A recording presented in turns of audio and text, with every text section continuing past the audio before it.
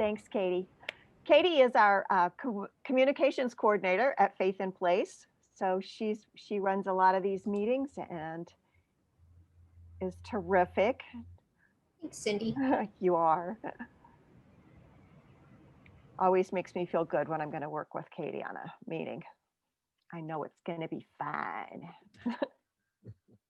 We do like to have fun, and I think we're going to have fun tonight. I'm really looking forward to hearing Tom's story. Me too, and I've even heard it before. Well, I hope I haven't changed too much over the time. I hope it's the same story we started with. Definitely. Although I had some people in my family who said, if you're going to tell a story, you might as well make it worth listening to. So, yeah, truth was a little bit optional sometimes there, I'm afraid. All right. Well, we've got a nice group here. How great to have you all here. Oh, one more, maybe one more, and two more. Oh, there's somebody else with your name, Tom. Is Amanda somebody that is yes, related it's my daughter-in-law. All right. Mm-hmm. Well, good deal. I hope Tom got connected to the audio. I mean, I know you're connected. It was your brother, Kenneth. Yeah. It looks okay. I tried to message him, and it didn't work. Good luck, Kenneth. We hope you're here. We're glad you're all here. And Katie, I'm gonna depend on you to let other people in the waiting room. Can you do that? Awesome. We will go ahead and get started. I'm Cindy Shepard. I'm the Central Illinois Outreach Director for Faith in Place, and I want to welcome you all to this virtual story hour. We used to call these story circles, but clearly we're not in a circle. You can play with your Zoom picture, so you can have us all be in a big gallery and see all of our pictures as little, or you can, the other choice up there in the view, which is on the right-hand side at the top of your Zoom, is the speaker view, and you probably want to turn that on when Tom starts talking so that you get more of him and less of the rest of us. But I'm really glad that you were able to join us. We're from many places, and we have our own stories. The migration stories are shared at Faith in Place, and we try to have one once a month now. And it's part of our Migration and Me program in our sustainable food and land use area. So the idea of the migration stories is that migration is a natural and beautiful phenomenon, and that it happens not only for human beings, but throughout nature. And we have as sort of our cover girl or cover boy for the Migration and Me program, the Monarch butterfly, that of course every year the Monarch takes a huge, Amy's a big Monarch fan, takes a huge journey, thousands of miles across borders, state borders, national borders, encounters all sorts of challenges along the way and dangers, some natural, some human caused dangers. They have the tasks of finding appropriate food and finding a place to nurture the next generation. And then after they come all the way through Illinois and even up to Canada, then they somehow, amazingly, the fourth generation of monarchs has in their little teeny tiny insect brains the idea that they're going to go all the way back to Mexico, where the first generation started. And that seeing that miracle happen year after year is a wonderful part of living in Illinois, where we do on the flyway. And I often say that if you can help a child see the caterpillar turn into a butterfly, if they can release one butterfly, I think you've got them hooked on nature for life. So so that's our flagship migration. But we talk about the butterfly because we realize that we all have migration stories as human beings. we all started, or our families started someplace else, and we move around too. And hearing those stories from one another can be a way for us to understand uh, each other and our neighbors more deeply and more compassionately. And it can also be a way for us to begin to understand our own stories in a different way. So I'm really pleased to share tonight a story that Tom Abbott is going to bring with us. I met Tom when I was working on a project with the Illinois Stewardship Alliance, and he was part of their Soil Health Caucus, people, farmers, and landowners who are concerned about nurturing the ground beneath us. When I heard his story the first time, it touched me so deeply that I really wanted to share it with the Faith in Place audience as well. So I'm very thankful to Tom for being willing to do that with us tonight. And I'm going to turn it over to him. Tom's story has a few pictures, and I am going to attempt to show the pictures while he tells the story. So you probably want to go ahead and get on speaker view, and then I'll try to toggle back and forth between the pictures and Tom's face. All right. Tom, you ready to go? All right. Yes, yeah, I think I am anyway. We'll find out very soon. Wonderful. Okay, well, I guess to say good evening, everyone, and I want to thank everyone for coming this evening and being part of this. I'd like to especially thank Cindy for her effort in trying to put this together and help out. So I guess a little more about myself and let you know kind of what our story was. And I grew up on a dairy farm in the late 50s and early 60s. The farm was located along the sandy ridges and lakes, shallow sloughs, and the wetlands formed at the ancient confluence of the Illinois and Sangamon rivers on the southern tip of Mason County in central Illinois. My dad knew how to farm and care for the land and the animals. We used crop rotation, rye, wheat, alfalfa, cowpeas, along with the corn and beans. His lean and weather exterior and direct, commanding, and sometimes abrupt manner of speaking belied the gentle nature of his soul. He knew his cows by name. And in the spring, I'd walk fence rows and wood lots looking for wild asparagus and mushrooms. And by late spring, I knew where the best raspberry patches were going to be.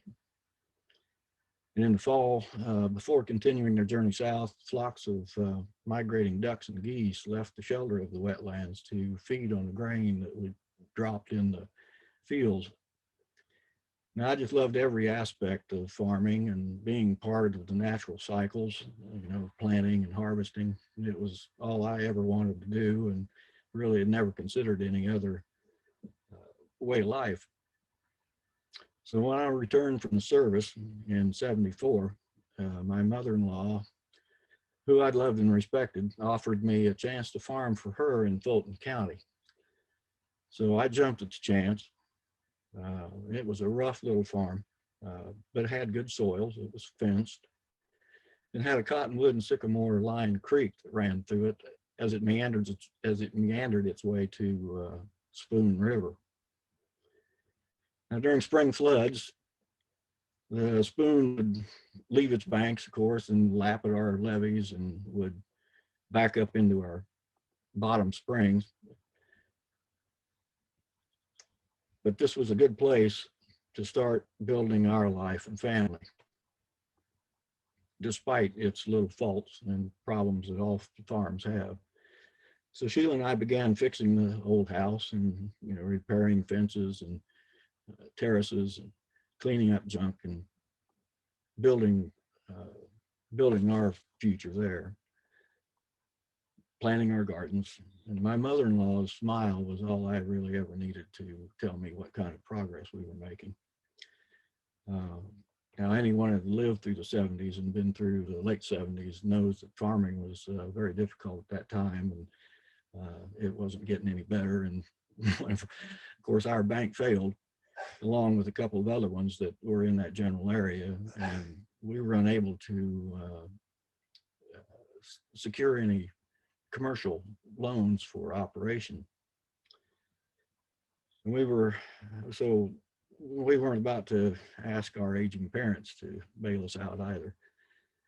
And so we wound up having to sell everything. And this was a pretty depressing time for me anyway, and the rest of the family.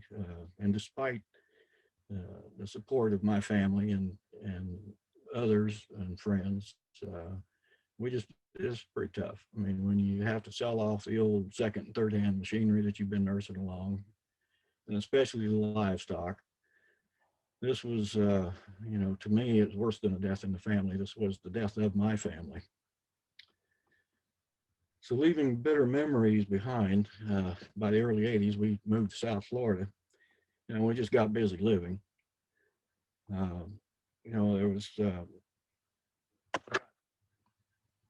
started, and we were just consumed by work and the house, and consumed by helping to, raising our kids and trying to acclimate ourselves to a new environment and new communities.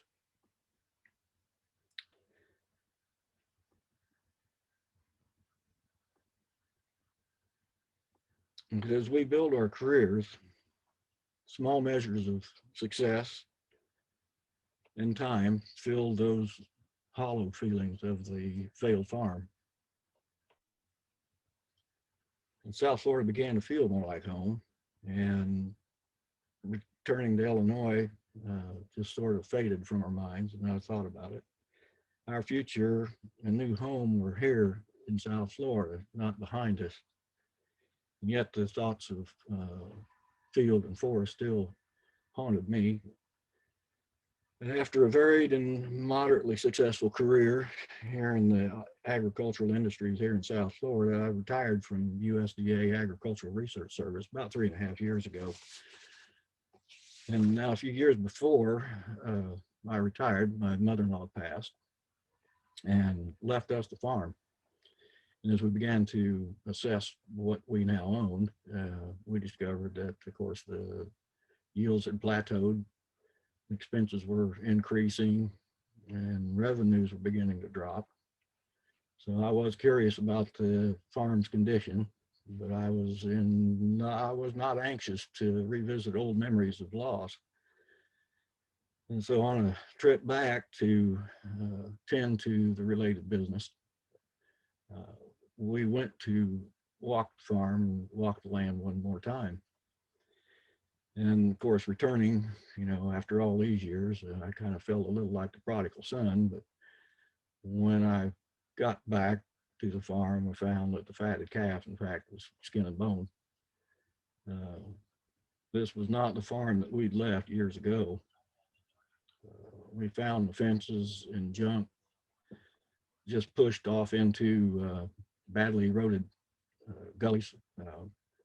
Had our timbers were choked with invasive species.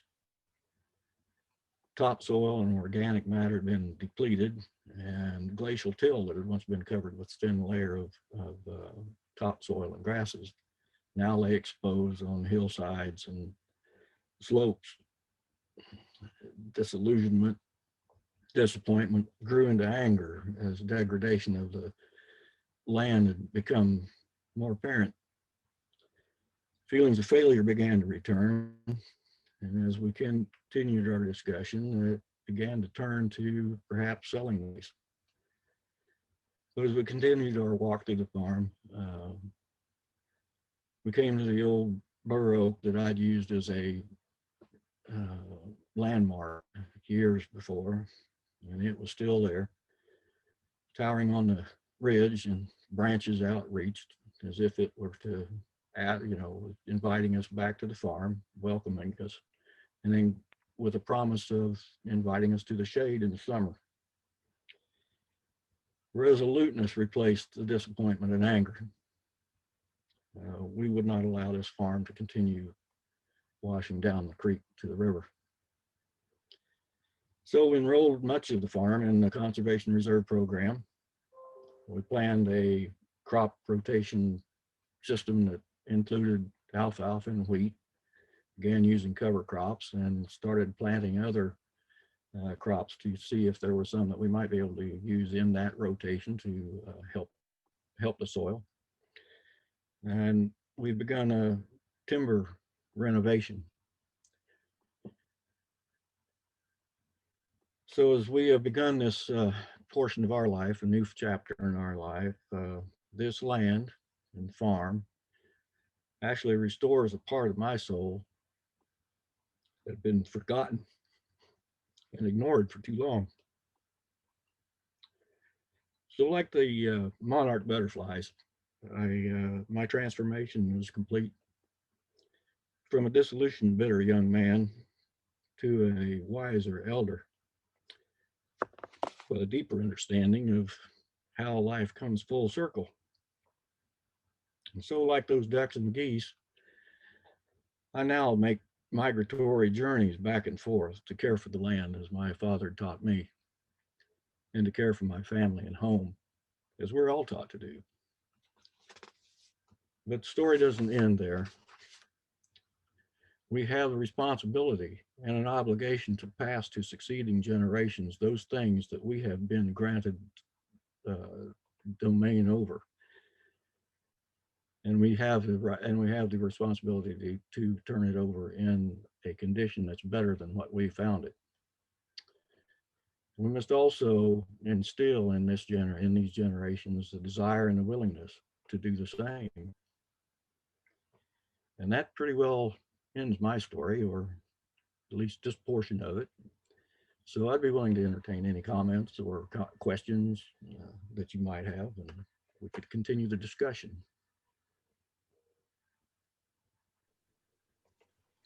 That's reminds me very much of Aldo Leopold's descriptions of the farm that he had in Wisconsin, the depleted land and the work that he put into restoring it. Mm-hmm. Well, that was again when we first started this, back in the mid 70s, there was a transition from the older styles, older ways of farming, and the chemical revolution was well underway, and that's really what had happened over the years. I was not willing to dump the chemicals on a place and of course, being young and kind of idealistic, I didn't think that was going to be the way for the future anyway. So, but as it turns out, it all works out. We're back to it, and our work is just getting started there with it now to do the restoration and try to improve the land and bring back some of what was there.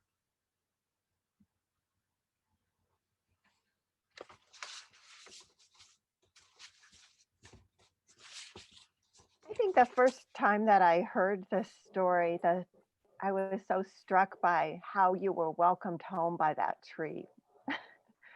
And I wonder, Father, if you would say more about that feeling, and if others of you that listened, did that strike you, and do you have a place or a part of nature that also feels like it's welcoming you home sometimes? Well, this is again, like I say, I guess I'm born to this. I've always felt a part of the natural world, part of those cycles. I rise and fall with the sun, and this gets a little tough for me to talk about sometimes, because the trees and the natural world, it almost talks to me, and that sounds kind of silly, but it really does. I read the signs in the trees and in the soil and the water and whatever, you know, and it's just one of those things that it's just kind of, you know, when things are not right, and you know when something in nature knows that you're going to take care of it. That sounds a little out there on the fringes, but I do feel that, and I don't know if anybody else can or not. Someone else is, you know, they ask how long I thought this restoration would take. I'll be at it till I'm no longer on the earth. That's how long it will take.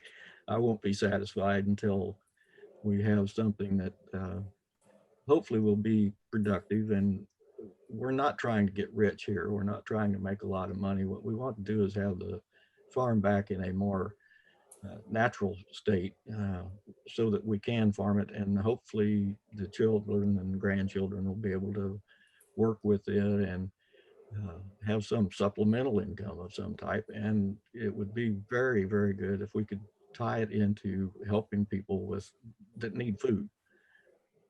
That's really kind of where I would like to go with this, being able to supply food to people that really need it. I worked here in South Florida with large corporate operators, and that's fine to grind it all out so that you're filling up Walmart and every place else. But there are a lot of people that are really in need, and as long as we can produce food and it's not breaking me doing it, I'm okay with that. And that's kind of where I'm going. So how long do I think the restoration will take? It won't ever be over. I will continue with the work as long as I can get back to Illinois and grub around in the dirt the way I do. Were you able to find some other crops? You said you're testing the rotation. Did you select some other crops to include in there that'll help the soil? Well, yeah, I'm looking at things like sunflowers, and again, the soil type will make an awful lot of difference in what you can grow. But I'm looking at some soil building type of maybe oil seeds. And, you know, sunflowers, I've not had a lot of luck with them. I think the soil is a little too heavy for sunflowers. They don't like wet feet. We're looking at different kinds of forages.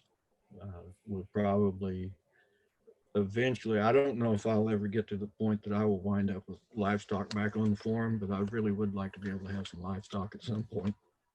And if not me, maybe lower generation or newer generation will be able to work with that end of it. But right now, my main concern is really stopping the erosion, building the soil tilth back, getting some forages and grasses back on, and building the wildlife back. And I've been very thrilled over the last couple of years to see pheasant and turkey back on the farm. I've never seen turkey there. I mean, even when I was a kid, you know, Illinois has been very good about getting some of the wildlife started.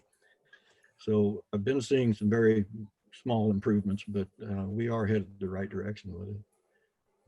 I don't know if that answers your question or not, but yeah, that's what I have a lot of experiments to do. I like I say, I was a research guy, so I just put anything out there so I can have some data and, you know, something to look at.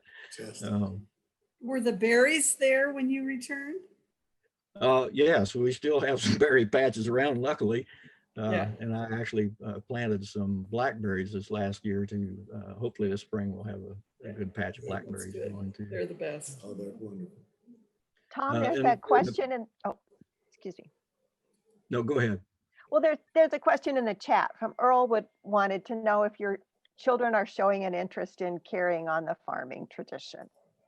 Yes, both my sons have, and again, they're both tied up down here working and with families and what have you. And but they have committed some time up there themselves.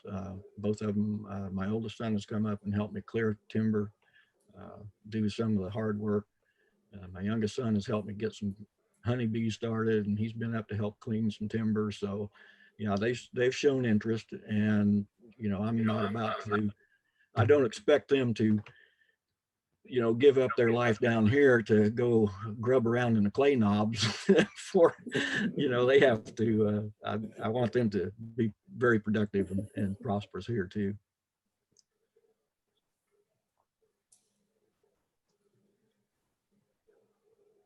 Here's another question. Are there any government programs that help you with this work of restoration? Thanks, Yes. Kathy. Yeah, this Conservation Reserve Program is part of that. I've also been looking at some of the wetland restoration programs. There's several things that we can work with. And like I say, I'm only about three years into really working at this, three to 4 years into it. And so we are still developing programs and developing ways that we can do what we need to do to improve the soils and the overall health of the farm. We have around us several people that have these conservation programs that are in practice now. So it's not, I'm not just isolated by myself. There are some people around that are starting that, and we have connected up on ends of the farm and at the borders. So we have a good thing going there in that Spoon River bottom, and I'm looking forward for my retirement years to stay busy and keep things going. How do you look at your soil? Do you just pick it up and smell it and look at the color and kind of get a feel for it, or do you do testing? Yeah, I stick my finger in it, taste it, and all that good stuff. Well, no, we do a regular soil sampling, looking at nutrients within the soil. But I've been doing some what the Soil Health Institute has some of their guidelines as far as doing some physical type looks at it, the bulk density. Some of these things I can do myself. Some of them you have to send off to laboratories and have them really analyze it. We're looking at trying to calculate active carbon versus just carbon buildup and those kinds of things. But I do have a little data. I have fortunate to have one spot that it's all the same soil series, and there's a piece of undisturbed timber that's in that series. There's a piece that's had 3 years of cover crop on it, and I pulled some samples out of the last soybean field that hasn't had anything done to it other than the commercial type. And there is some difference in what I've seen in the physical, but at this point we're a long ways out. We're probably 4 or 5 years out yet before we have any kind of real definite data that you can, say absolutely what's going on. But just anecdotally, I can tell you that there's a big difference between where we've had the cover crops and where we're doing these, the things that we can do to improve soils. All soils have they have a natural fertility and a natural way of, there's only so much that a particular clay will do or a sandy soil will do. So those are the things that we have to deal with, and those are the things that limit. And chemically, you can do just about anything you want to, but what you have to do is work with the soils and what you are given so that you can get the best from what you have. There's another question in the chat from Mike. Do you put tillable crops in as well? Corn? Do you farm corn and soybeans? Yes, we have still the one fields that we are incorporating this year. We've got wheat. We'll be putting alfalfa in next fall, and we'll just have alfalfa on that for about 3 years probably. And then that'll go back probably to corn and beans, and then we'll be back into some type of a grass legume or some other crop that we've been able to find. We still have to pay taxes on the place, so it does have to, pay its way. But again, where we've begun with the cover crops and using some of the no-till and reduced tillage, we're starting to see improvements in that soil also. our erosion problem is far, far less than it was. We have a pond that we are working with to improve it, trying to improve the water quality there. So it's important for us to really make sure that we keep the sediment out of it, and we're just we try to minimize the amount of tillage, but then the CRP, the Conservation Reserve Program, will limit how much, because we can't touch that for about another 10 years before we can ever begin to crop it again. So, but that's okay, because it's where we have the CRP is where the worst of the erosion and the worst of the degradation was. There was a comment here from Earl. There's an increasing amount of literature on how trees communicate with each other, and in time, Yes, assist each other growing, and in times of stress. You said you probably know about this, but your comment certainly brought that to mind. yes. There is I guess one of the amazing facts about trees is that everybody talks about the aspen trees out west, and you know how beautiful they are, and that, and I guess as it turns out, an aspen grove is in fact just one plant. So, and yeah, there are definitely connections between the root systems of these plants. Plants are amazing. I mean, they really are. You think about plants just being pretty much stationary and not doing anything, but they really are communicating. They're finding many hormones and different kinds of communications that even when insects attack plants, that it triggers other plants around them to start creating and making them so they're less attractive or less palatable for bugs.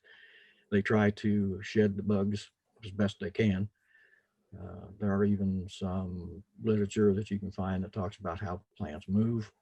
You think of them as being stationary just in one spot. They tend to move into more favorable spots and conditions. And if you watch, I'm sure if you've been around plants at all, you know, as the sun goes across, you can see the heads of the flowers and the heads of the plants turn to the sun. And so there's a lot of things going on there that people just, you know, they just don't normally think about. And that's one of the things that, again, to me, that's what's most fun about this, is that you go out and you really do observe and see these things, and that being part of that natural system, being able to be in it enough and stand there long enough to be able to understand what's going on around you is just, you know, it's very unique. And once you catch on to it and once you know how it works, it is, there's nothing else like it in my book. I had a couple of questions and a comment and a possible connection.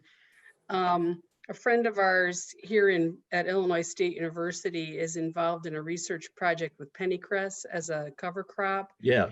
And he's one of the other research partners is at Western, which is near you. And they're using that crop to make, you know, oil potentially for cars and that sort of thing. So you're aware of that. Okay. I am aware of it, and I've not, but yeah, I would be interested in trying to see if we could get something like that going. And that's one of the, and that's where I'm at this point, is trying to make those kinds of connections. There are some other crops like that. I've kind of thought about going organic. I've been trying to work with some people that, but I'm not sure I have the confidence to do that yet. But that will come with time, I think. Okay. But yeah, I'd be very interested in working with that. Yeah, well, Western's one of the research partners on that, so that would be near you. Okay. Another question I had is a little bit unrelated, but your background reminds me of my great aunt's dining room. I see a sailfish back there. Is that something you caught? Well, that's the only big fish I ever caught. Okay. And I didn't let this one get away. Normally I'd let big fish get away, but I didn't let this one go. Okay. Yeah, those are pretty magnificent animals there. Yeah, they're And I mean, you don't want to get me started on the degradation here in South Florida. I mean, this is truly it's, and I've been part of that degradation. I mean, I just really, it's, I can write a book about it. It's really terrible. And I've been down here 30, 35 years, and just the changes I've seen are dramatic, and it shouldn't be that way. But anyway, that's, time marches on. And again, this is one of the reasons I'm really so set on making sure that we get that little farm back to a more natural, more real way that the land should be.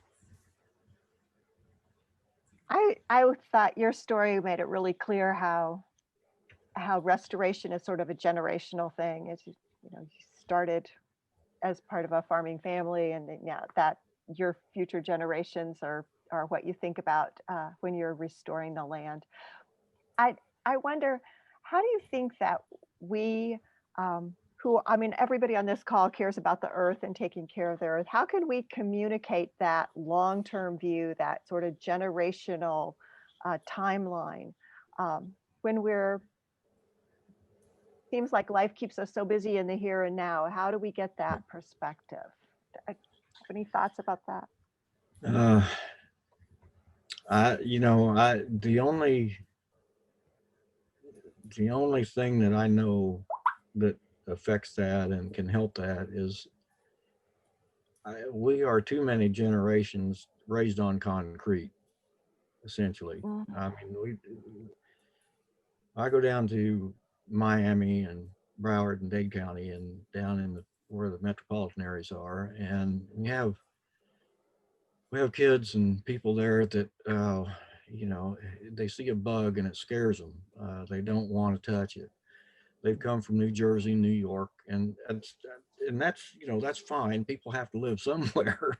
We can't. Not everybody can live out on the land, or you don't have any land left. But trying to get the kind of rooted communication I have with the earth, and what other people have with the earth, and those living things around them, is just missing in a couple of generations at least. They've not had that experience, and I don't know how to do it other than allow them to come into the natural world and to really work with it and to begin to appreciate and teach them what it is that they're seeing and how they're seeing it, and what it is that you can do to that's the only way I know to do it. Both my sons are I don't know, I guess they're born with it. I don't know if it's my genes or what, but they've had experience enough in the outer world and in the real world to appreciate what goes on, and they both appreciate the natural world around them. But there are a lot of people, their peers, that just, they see bugs and birds, they don't even understand what the birds are doing. So I don't have a good answer for that really, other than it takes a lot of time, a lot of effort. It's education, experiences out in the country where people can enjoy and really begin to tie themselves back to the earth. And again, you hear the old the old story about, you ask kids where their milk come from, and they tell you it comes from Walmart. They don't even know what a cow is. They don't, and then that type of thing. And that's really very sad. It really is. I mean, even that basic fundamental idea of where their food comes from is just not there. They don't understand any of the natural systems. So that's what it's going to take. We're going to have some way to outreach to those people and to get them involved somehow, some way. And I just don't know what that is. I think we can do it one person at a time, I guess. What's that saying? Like, you don't protect what you don't love what you don't know. You don't know what you don't know. And so that's one of the challenges, is for all of us to be connecting with nature and connecting our neighbors and our friends and our kids and our our neighbors' kids Right. with nature. So it's really, really important. Are there, I think this is, I really enjoyed this. Are there other questions or anything else you want to ask Tom or say to one another before we wrap her up?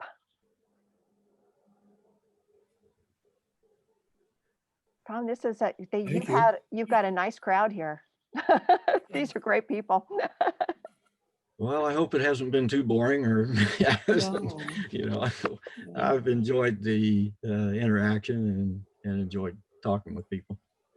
I don't often get a chance to talk to people that have sort of the same kind of tie to the land or the interest in the land that I do. Thank you for what you're doing. You know, a lot of us go out and, you know, look around in the countryside when we get the chance, and you can always tell when you drive past the farm where somebody's, you know, taking a different approach and taking it slow and being careful with the steep slopes and, you know, just doing things that make a difference. So thank you for that. Well, you're welcome. It's the very least I can do. I mean, I'm trying to make up for some of the damage I've caused here in South Florida. And, you know, and hopefully I can amend some of that. I hope anyway. Well, thank you so much for sharing your story and helping us think about migration in a little different way. And I really appreciate it. Getting a round of applause here. Yeah, there you go. Thank you. Thanks, Tom. Thank you all so Okay, much thank for you. being here with us. We'll be All right. sending a follow-up email out to everybody who registered, and Katie has recorded this so that if you want to hear the story again, you'll be able to do that. But I really, really appreciate it, and thank you very much to Tom, and Ted's another one of the farmers that I met there at Illinois Stewardship Alliance. So thank you all for being here.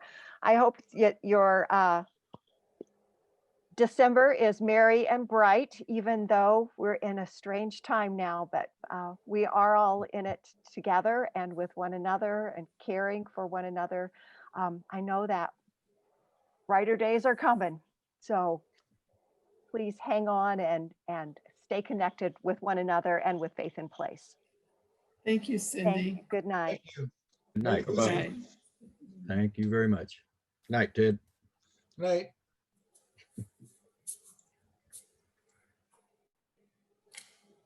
Good night.